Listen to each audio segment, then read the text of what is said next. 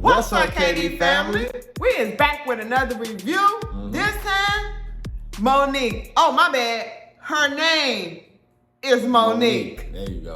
Let's get into it a bit. So the show opened up with a standing ovation with, excitement, and Monique was almost in tears, y'all. She emotional. Exactly, she emotional, and all that love, the fact that she was blackballed, and you guys all know what happened back in the day. She just felt like, y'all, thank y'all for letting me know I'm not crazy. Yeah. It's a beautiful thing sometimes when you just feel validated. You know what I mean? In that moment, she was validated. Like, She been through a lot, man, with that blackball stuff, man. She really did. She started off about going back on her foundation of where she come from, being from 7th to 9th grade. She was in special education where she dealt with this racist teacher, but in the end, she ended up finding a lifelong friend. Right. And what's her name? Elizabeth. Yeah. She was talking about her mom was illiterate. She couldn't really read, Monique had to read for her, basically. You know what I'm saying? So. And she took advantage of that sometimes. Sometimes. And that's a kid. Of course, she's still a kid. So her mom was also an alcoholic, and her dad was an alcoholic. And then she goes off and saying her brother was a molester. Like, man. Okay, so she went real deep in her comedy. And if you know Monique, you heard that story too. So to know Monique is to love Monique. Yeah. Now she talked about her Uncle Donald was the black sheep of the family, meaning far as, he was gay, so her peoples didn't accept that. So, exactly. So they basically, just like how everybody was blackballing Monique, they did the same thing in their family. And that goes with a lot of families. You know what I'm saying? That, you look for the acceptance inside the family.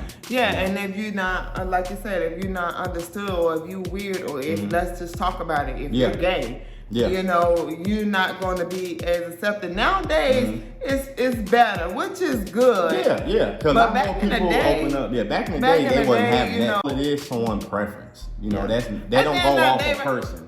Let's be clear. That's basically, at the end of the day, that's what it is, right? So what is so deep into it? If you're so deep into someone's preference, it's just who you laying in bed that means with. you need to be asking yourself if that really bothers you about somebody else's sex preference. That's crazy. That's the closet. That's the closet. Yeah. And back in the day, they did that. If you was different, if you, growing up in a black family, if you, in our culture, if you was a lighter skin, you got treated different. If you was a darker skin, so it's all that generational. Systematic crazy stuff. Let's be all fair. I'm pretty sure everyone in their family have someone that's gay in their family. Everybody does. What I'm saying? And touched on her grandmother, which was actually Uncle Donald's mother. Yeah, and that's a topic itself right there. Right? Monique, she adored her grandma, and her grandma adored her back 1,000 times more. Grandmother didn't accept Uncle Donald.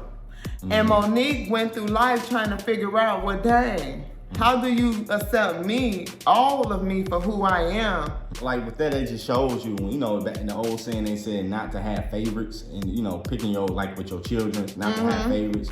In my children, I don't have favorites. I don't have favorites. I treat all of them the same. But at the same time, they all individual. Exactly. They need individual needs, though. So it have its limits. You know what I mean? Because sometimes some need more attention than others. So it's a thin line.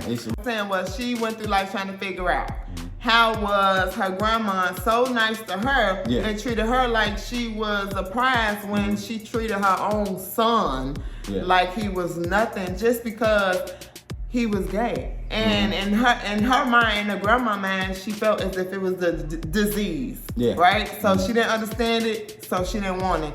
And the church really messed her up, quote unquote. And that's what she said on there. Because in the church, that's a topic you too. Gay, you going to hell. Be careful, when you go into these churches, these buildings, be careful who you associate with. Because not all the churches is the same. Each church have their own agenda. You better be careful. Let it match your energy.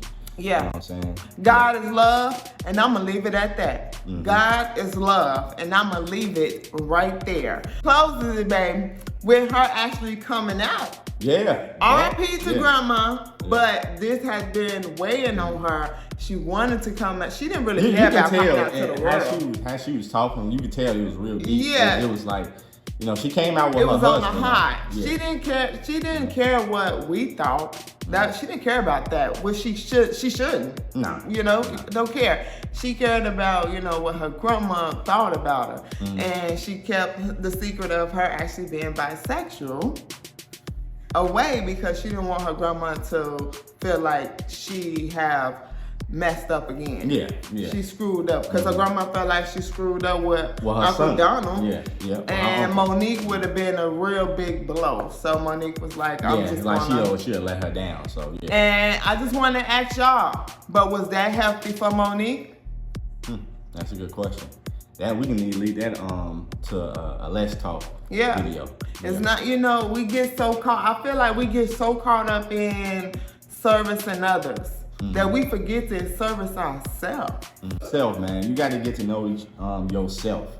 You know, before you can sit here, love someone or help someone else, you got to make sure you help yourself. You can't help nobody else. You can't help yourself. We want to see what you guys think. Of course, yeah.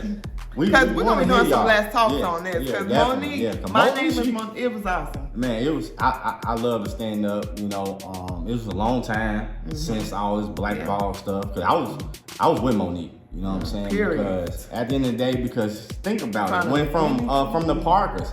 A lot of people was talking about her waist size. And they you know, when they had that stigma of, you had it wasn't even like a black, you know, plus size black woman. It just been a black it was just being a plus size woman, you know, you had to play these fat roles, and they always had these fat jokes, and they always had to eat some like the clumps or something like that. But she was so different. She was different, and she was changing the game on how people looked at plus size women. Yep, and I can speak for myself growing up as a plus size young black girl that Monique was definitely an inspiration because she showed us that you don't have to be big and sloppy. You can put your girdle on, put a little. You can still be beautiful and big. You know what I mean? Basically, that's what she was saying, and I love that about it because forget weight. You can lose weight, but y'all already know the saying: ugly. It's to the bone. What he to said. The bone. KD family. Until next time, first of all, don't forget to keep turning that attitude into gratitude. And whatever brought you to our channel, I hope we bring you back. All right, KD family. We out, y'all. I'ma get a bag, long as I wake up